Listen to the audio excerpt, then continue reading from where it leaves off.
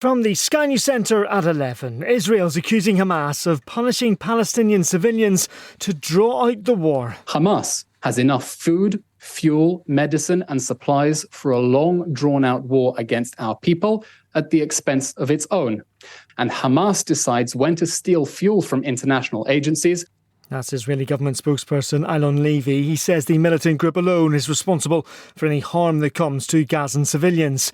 Earlier, thousands of Palestinians broke into UN aid warehouses to take food and hygiene products as concerns grow over dwindling public services. Elsewhere, a 19-year-old woman from India who'd recently arrived in the UK has been stabbed to death in South London.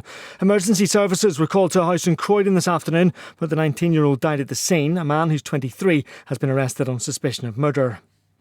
Adele's paused her Las Vegas show to pay tribute to Friends star Matthew Perry following his death, aged 54. It's reported he drowned in his jacuzzi at home in LA. The singer called him brave for talking about his issues with addiction. Superfan Naftali Arden says the actor used to own a Malibu rehab site for people facing similar battles. He wrote, "When I die, as far as my so-called accomplishments go, it would have been nice if Friends were listed far behind the things I did to try and help other people."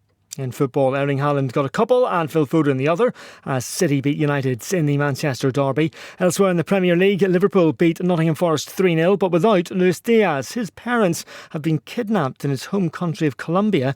Boss Jurgen Klopp admits it's been a difficult 24 hours for his squad. Obviously we want to help, we cannot really help, so the only thing we can do is fight for him, and that's what the boys did.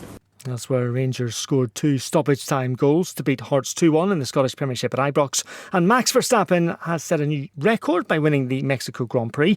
The Red Bull driver, who's already been crowned F1 World Champion, has now won 16 races this season. That's the latest. I'm Barry Weir.